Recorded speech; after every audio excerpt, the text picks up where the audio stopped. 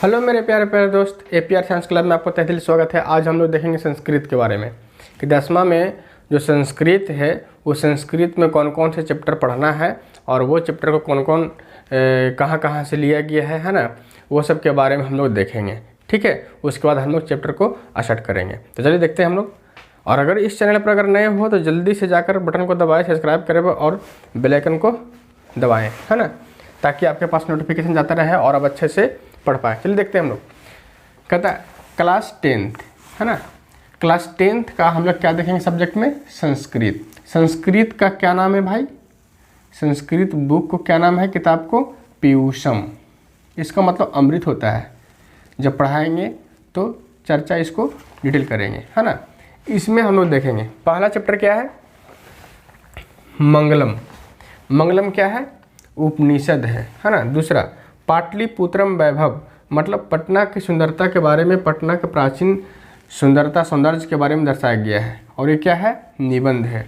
अलस कथा। अलस कथा मतलब क्या होता है? आलसियों का कहानी। कथा मतलब कहानी होता है और अलस मतलब जो आलस लोग होता है ना। तो आलस लोगों का, आलस व्यक्तियों का कहानी है ना। तो ये क्या है? पुरुष परीक्षार्थ कथा, मतलब इसमें पुरुष क्या, इसमें पुरुष को परीक्षा लिया गया है इस कहानी में। आगे आइए, संस्कृत साहित्य लेखिका। अच्छा देखिए, लेखिका छूट गया, लिख लीजिएगा आप लोग। संस्कृत साहित्य लेखिका।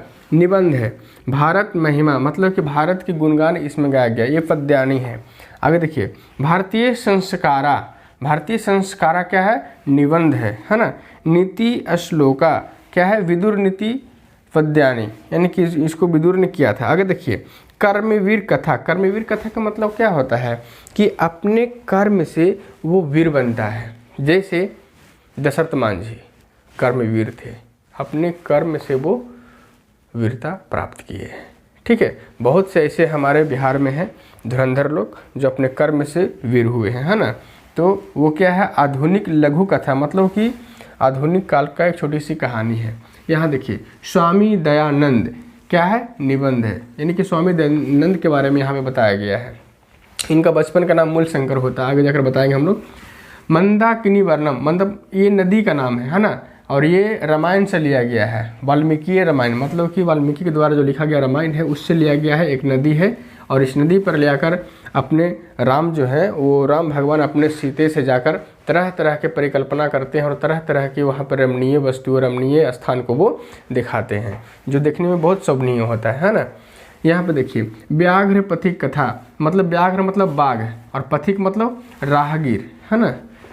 तो इसमें बाघ और राहगीर ये दोनों के बीच की जो कहानी है ना, उसके बारे में दर्शाया गया है। तो ये हेतु उपदेश से लिया गया है। कहाँ से? हेतु उपदेश, है ना। आगे देखिए, कर्णस्य दान वीरता, मतलब कर्ण के दानवीर के बारे में हम लोग पढ़ेंगे। कर्णस्य दान वीरता मतलब कि जो ये कहाँ से लिया गया है? महाभारत से लिया गया है ना। कर्ण के बारे में आप लोग जाने होंगे, पांचों पांडव के बड़े भाई थे जो कि ये मायके में ही जन्म लिए थे। इनको सूर्यपुत्र भी कहा जाता है, तो समझिएगा।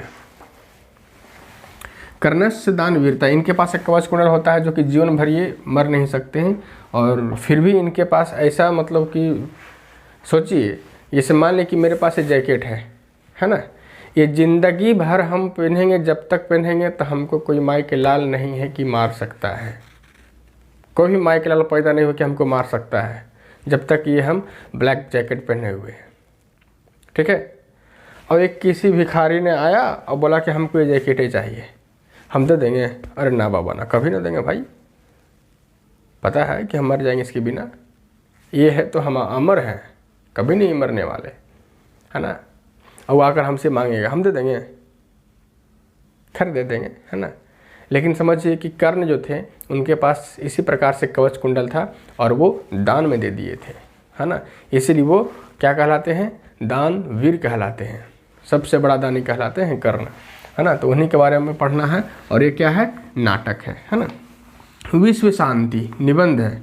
शास्त्रकारा वार्तालाप है। इसमें बहुत से लोग अपने अपने ओपिनियन को बात रखते हैं, अपने अपने बातों को वहाँ पे रखते हैं, तो एक दूसरे से वार्तालाप होता है ना।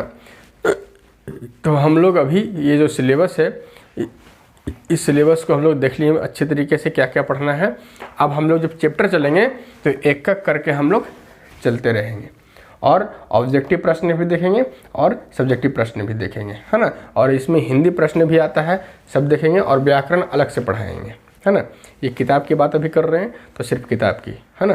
तो चलिए आज यहीं तक। और अगर आप नए हैं या तो अभी तक आप सब्सक्राइब नहीं किए हैं इस चैनल को तो जल्दी से कर लीजिए, आपके लिए बहुत फ़ायदेमंद है। ठीक है, थैंक्स, जय हिंद।